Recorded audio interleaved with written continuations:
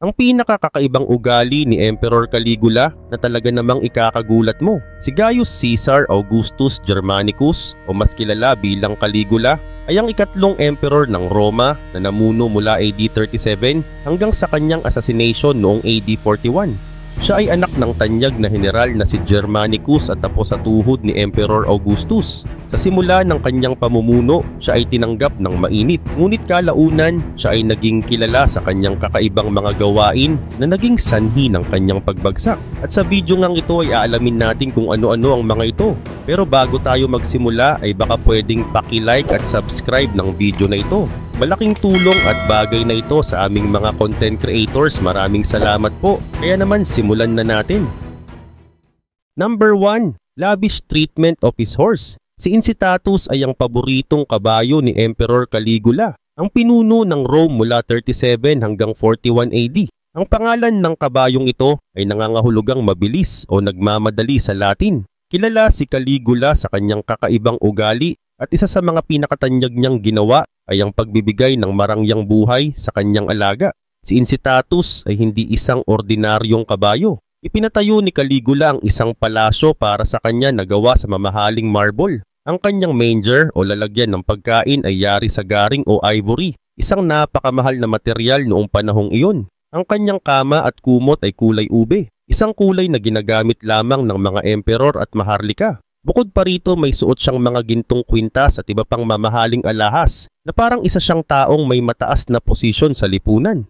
Bago sumabak sa karera ay sinisigurado ni Caligula na walang ingay sa paligid ng kulungan ni Incitatus. May mga sundalong nagbabantay upang tiyakin na walang manggugulo o magsasalita ng malakas. Ang sino mang lalabag dito ay maaaring maparusahan. Sa pagkain naman, hindi lang ordinaryong damo ang ibinibigay kay Incitatus. Siya ay pinapakain ng oats na may halong golden dust at pinaiinom ng alak mula sa gintong baso. Sa panahong iyon ay marami sa mga ordinaryong tao ng Rome ang hindi man lang makakain ng sapat, ngunit si Incitatus ay nabubuhay sa napaka-engranding paraan. Samantala, isa sa mga pinaka-kontrobersyal na kwento tungkol kay Incitatus ay ang sinasabing plano ni Caligula na gawin siyang konsul, isang napakataas na posisyon sa gobyerno ng Roma. May iba namang nagsasabing maaaring ginawa niya ito dahil siya ay wala sa tamang pag-iisip o kaya ay sadyang mapaglaro at mapanukso.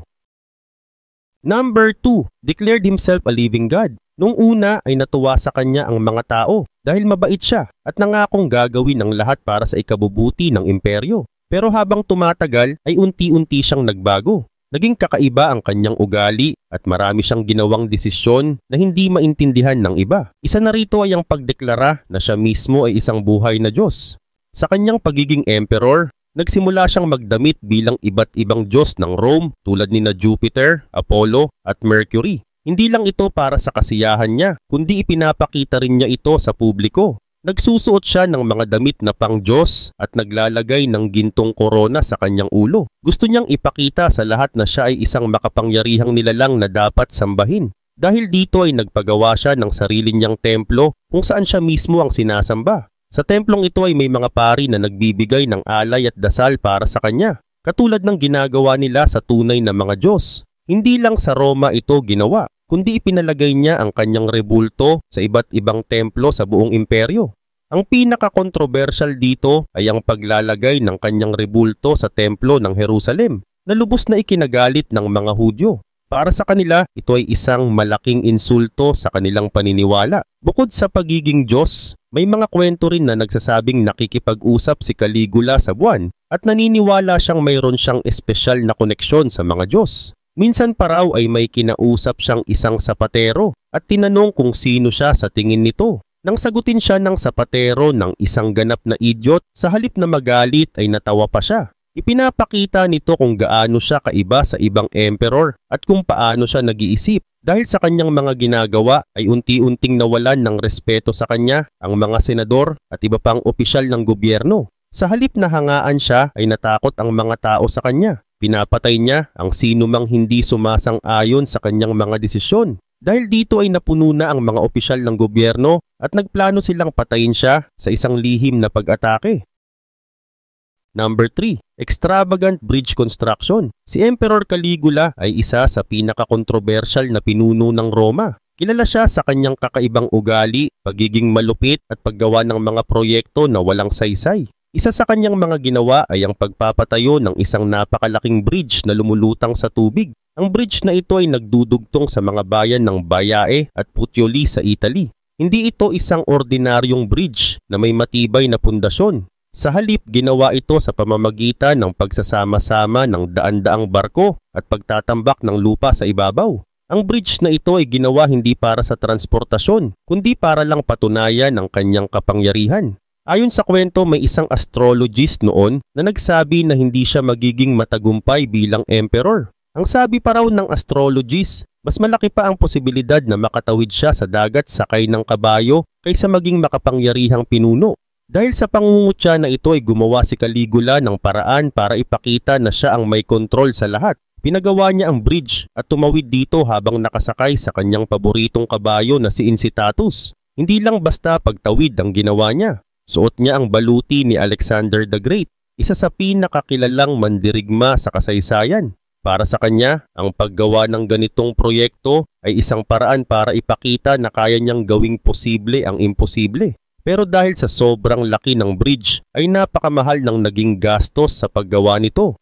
Kailangan ng maraming barko para buuin ito. Kaya inutos ni Caligula na kunin ang mga barko kahit na ginagamit ang mga ito sa pagdadala ng pagkain sa Roma. Dahil dito ay nagkaroon ng matinding kakulangan sa supply ng pagkain. Maraming tao ang naghirap dahil sa kanyang desisyon, pero hindi siya nagpakita ng malasakit. Para sa kanya, mas mahalaga ang pagpapakita ng kanyang kayabangan kesa sa kapakanan ng mga mamamayan. Bukod sa laki ng gastos, hindi rin basta-basta ang disenyo ng bridge. May mga bahagi ito na may pahingahan at mga lalagyan ng drinking water para sa mga dumaraan. Pero kahit na may ganitong mga tampok, hindi pa rin ito isang praktikal na proyekto. Wala itong tunay na silbi maliban sa pagiging simbolo ng whim ng emperor. Sa halip na gamitin ang kayamanan ng imperyo sa mga kapaki-pakinabang na proyekto tulad ng pagpapabuti ng mga kalsada, aqueduct at iba pang mahahalagang estruktura, ay ginamit niya ito sa isang bagay na walang pakinabang. Kaya naman sa halip na humanga ay lalong nainis ang mga Romano kay Caligula. Nakita nila kung paano niya inaaksaya ang yaman ng imperyo para lang sa kanyang pansariling kasiyahan. Number 4. Waging war on the sea. Isa din sa mga pinakakakaibang insidente na nangyari sa ilalim ng kanyang pamumuno ay ang di umano'y pakikidigma niya laban sa dagat. Ang pangyayaring ito ay naging simbolo ng kanyang pagiging hindi pangkaraniwan at nagbigay ng dahilan sa marami upang kwestiyonin ang kanyang katinuan.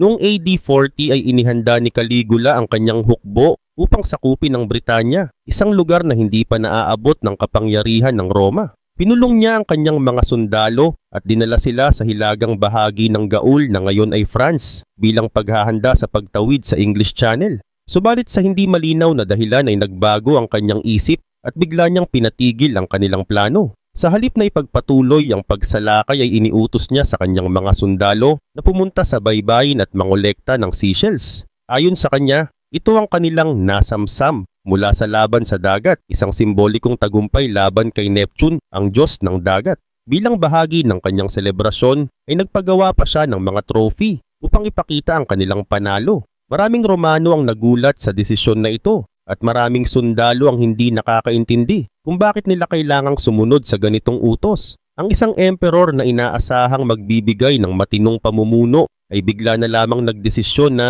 makidigma laban sa isang bagay na hindi nila maaaring talagang talunin. Para sa ilan ito ay nagpapakita ng labis na kayabangan ni Caligula, isang pahayag ng kanyang kapangyarihan na kahit ang kalikasan ay kanyang matatalo. Ngunit para sa iba, ito ay patunay na siya ay wala na sa tamang pag-iisip. Ang mga kwento tungkol sa kanya ay nagdulot ng matinding takot at pag-aalinlangan sa mga Romano. Ang isang emperor na dapat nag-aalaga sa imperyo ay gumagawa ng mga bagay na tila walang logic. Para sa kanyang mga kritiko, isa siyang pinuno na hindi karapat-dapat mamuno dahil sa kanyang mga desisyong hindi nakabase sa realidad. Ngunit may ilan ding nagsasabi na maaring ang mga ganitong kwento ay pinalala o dinagdagan ng kanyang mga kalaban upang siraan siya.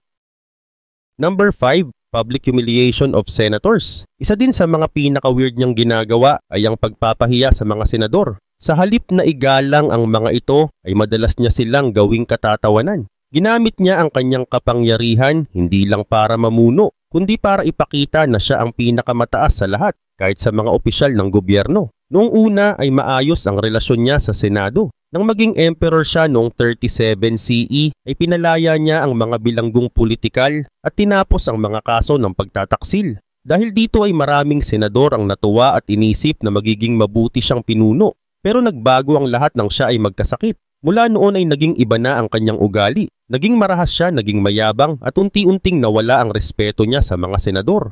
Hindi niya na itinuring ang Senado bilang katuwang sa pamamahala, kundi bilang mga tao na pwede niyang insultuhin at gawing katawa-tawa. May mga pagkakataon na pinapahirapan niya ang mga senador. Minsan ay pinapatakbo niya sila sa tabi ng kanyang karwahe habang siya ay naglalakbay. Ang hindi makasunod ay pinapahiya o binibigyan ng parusa. Sa mga handaan naman ay kinukuha niya ang asawa ng isang senador, dadalhin sa isang silid at pagkatapos ay babalik siya na parang walang nangyari. Ang senador ay wala nang magawa kundi magkunwaring walang nakita. Hindi lang ito pagpapakita ng kapangyarihan kundi isang malinaw na insulto sa asawa. May pagkakataon ding sinadya niyang ipakita sa Senado na wala siyang pakialam sa kanila. Minsan ay nagtayo siya ng isang mahabang tulay sa Bay of Naples malapit sa mga bahay ng mayayamang senador. Tumawid siya rito kasama ang kanyang hukbo habang nagdiriwang at nagpapakasasa. Maraming naniniwala na ginawa niya ito para ipakita ang kanyang kayabangan at iparamdam sa Senado na wala silang halaga. Dahil sa kanyang mga ginagawa ay maraming opisyal at mamamayan ang hindi na nagustuhan ng kanyang pamumuno.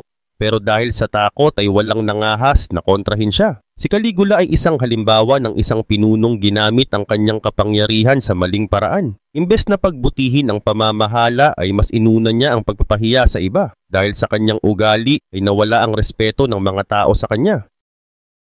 Number 6. Financial extravagance. Si Emperor Caligula ay isa sa mga pinakawalang ingat na pinuno ng Roma pagdating sa pera. Sa loob ng 4 na taon niyang paghahari, mula AD 37 hanggang AD 41, ay ginamit niya ang kayamanan ng imperyo para sa kanyang sariling luho. Sa halip na gamitin ang pera sa mahahalagang bagay tulad ng pagpapalakas ng hukbo o pagtulong sa mamamayan, ay ginamit niya ito sa mga bagay na walang kwenta at hindi kailangan. Dahil dito ay mabilis na naubos ang kayamanan ng Roma at unti-unting bumagsak ang ekonomiya ng imperyo. Samantala, katulad ng nabanggit kanina, isa sa pinakawalang kwentang proyekto ni Caligula ay ang pagpapagawa niya ng isang bridge sa ibabaw ng dagat sa pagitan ng Bayae at Puteoli. Hindi ito isang ordinaryong bridge na gawa sa bato o kahoy, kundi isang bridge na gawa sa pinagdugtong-dugtong na mga barko. Bukod sa kanyang mga kakaibang proyekto ay mahilig din si Caligula sa malalaking selebrasyon at kasayahan. Mahilig siyang magdaos ng mga fiesta, paligsahan at labanan ng gladiator. Ginagawa niya ito para lang sa kanyang sariling kasiyahan at hindi para sa kapakanan ng kanyang nasasakupan. Gumagastos rin siya ng napakaraming pera para sa mga mamahaling pagkain, mamahaling dekorasyon at malalaking premyo para sa mga nananalo sa paligsahan.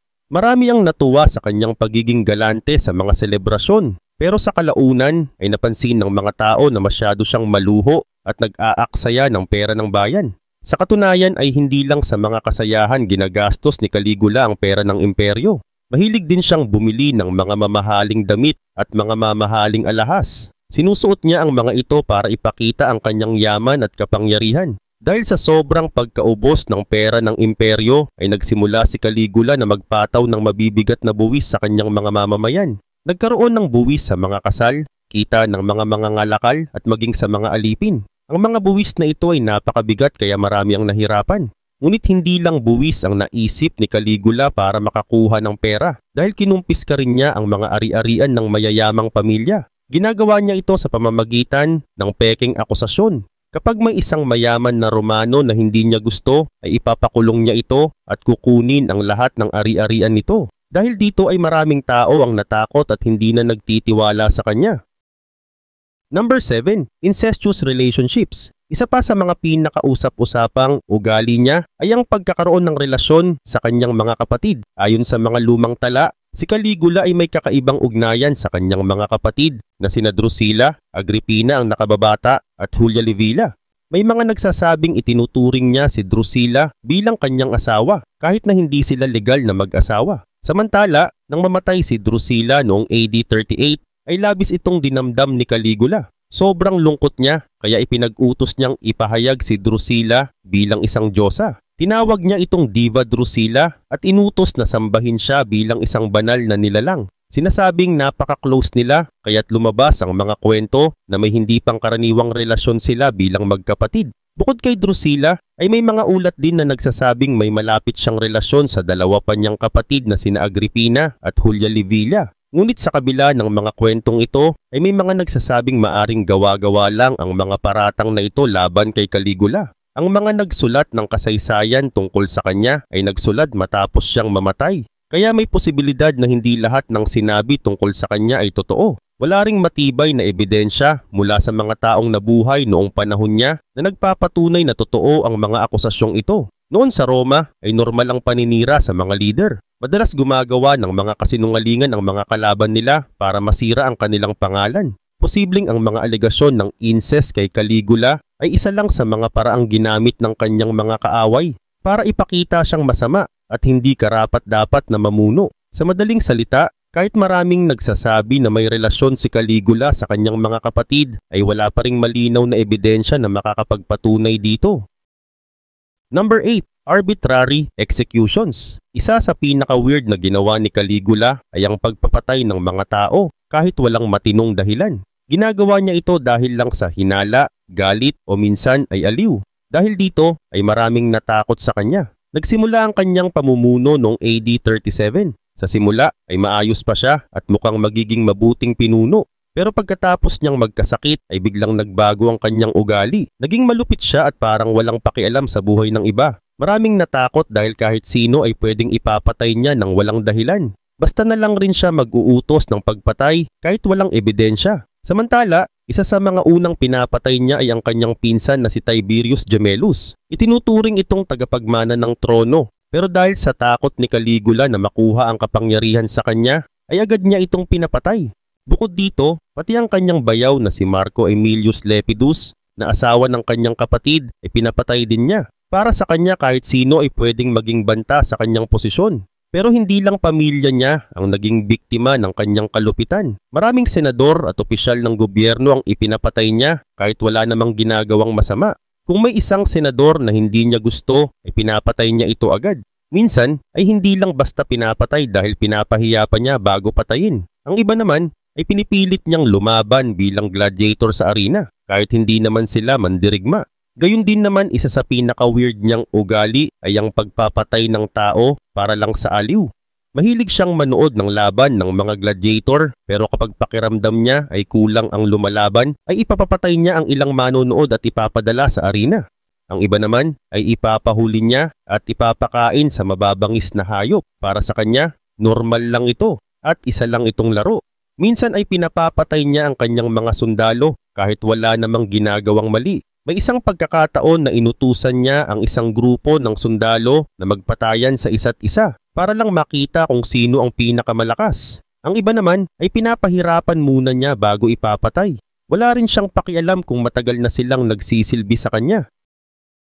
Number 9. Bizarre military campaigns. Marami siyang ginawa na hindi maintindihan ng kanyang mga sundalo at opisyal. Isa sa mga ito ay ang kanyang mga kakaibang military campaigns na parang wala namang tunay na dahilan. Dahil sa mga utos niyang ito ay maraming sundalo ang nalito at nadismaya sa kanya. Iniutos din ni Caligula na hagupitin ang dagat gamit ang latigo. Sinabi niya na ito ay parusa laban kay Neptune, ang Diyos ng dagat. Para bang iniisip niya na may labanan sila ng dagat at dapat siyang manalo. Sumunod naman ang mga sundalo kahit na alam nilang wala namang saysay ang kanilang ginagawa. Marami ang nagsimulang mag-isip kung maayos pa ba ang pag-iisip ng kanilang emperor. Dahil dito ay lalong bumaba ang tiwala ng kanyang hukbo sa kanya. Bukod sa digmaan laban sa dagat ay naglunsad din si Caligula ng kampanya sa Germania at Gaul. Noong 39 o 40 CE ay nagtungo siya sa lugar ng Upper Rhine kasama ang kanyang mga sundalo. Pero sa halip na totoong labanan ay tila nagpapakita lang siya ng kapangyarihan. Pinapatay niya ang isang kilalang general na si Gnaeus Lentulus Gaetulicus kahit walang sapat na dahilan. Dahil dito ay maraming sundalo ang nagalit at nagsimulang matakot sa kanya. Sa kanyang paglalakbay ay wala siyang malinaw na direksyon o layunin. Basta na lang rin siya gumagawa ng mga desisyon na walang logical reasoning. Halimbawa, Nag-utos siya ng malalaking parada ng mga sundalo para lang ipakita ang kanyang kapangyarihan kahit wala namang totoong laban. Marami sa kanyang hukbo ang nagsimulang magduda kung kaya pa ba niyang mamuno ng maayos. Kaugnay pa nito, dahil sa kanyang mga kakaibang utos at maling pamumuno, ay unti-unting nawala ang tiwala ng kanyang hukbo at opisyal. Maraming Romano ang nagalit sa kanya. Number 10. Insomnia and paranoia. Isa sa mga pinaka-weird na ugali ni Emperor Caligula ay ang insomnia at ang paranoia. Dahil sa mga ito ay naging pabago-bago ang kanyang ugali at nagdesisyon siya ng maraming bagay na hindi makatarungan. Si Caligula ay halos hindi natutulog. Sinasabi na 3 oras lang ang kanyang tulog bawat gabi. Dahil dito ay madalas siyang naggagala sa palasyo sa madaling araw. Minsan ay nakikipag-usap rin siya sa mga bantay o nanonood ng mga palabas para maaliwang sarili. Dahil sa kakulangan sa tulog, siya ay madalas magalit, hindi makapag-isip ng maayos at hindi makontrol ang emosyon. Ang insomnia ay nagdulot sa kanya ng matinding pagkapagod at pagiging hindi mapakali, kaya lalong lumala ang kanyang ugali. Bukod sa insomnia, si Caligula ay sobrang natatakot rin na may gustong pumatay sa kanya. At noong 37 AD ay nagkasakit siya ng malubha. Matapos gumaling ay napansin ng marami na nag-iba ang kanyang ugali. Naging sobra siyang mapaghinala sa mga tao sa paligid niya. Iniisip niyang may mga senador or opisyal na gustong siya ay patalsikin o patayin kahit walang malinaw na ebidensya. Dahil dito ay marami siyang ipinapatay na mga taong pinaghihinalaan niyang may masamang balak laban sa kanya. Dahil sa sobrang paranoia niya ay nagkaroon ng takot at tensyon sa buong Roma. Kaugnay nito ay maraming paliwanag kung bakit naging ganito si Caligula. May mga nagsasabi na maaaring may sakit siya sa pag-iisip tulad ng bipolar disorder o schizophrenia na maaaring dahilan ng kanyang kakaibang ugali. May iba namang naniniwala na siya ay may hyperthyroidism na isang sakit na nagdudulot ng excess energy, pagiging irritable at hirap matulog. Bukod dito, ang kanyang masamang karanasan noong bata pa siya ay maaaring nagdulot din ng kanyang pagiging destructive. Ang kanyang ama, ina at mga kapatid ay pinatay rin dahil sa mga intriga sa politika, kaya lumaki siyang walang tiwala sa mga tao.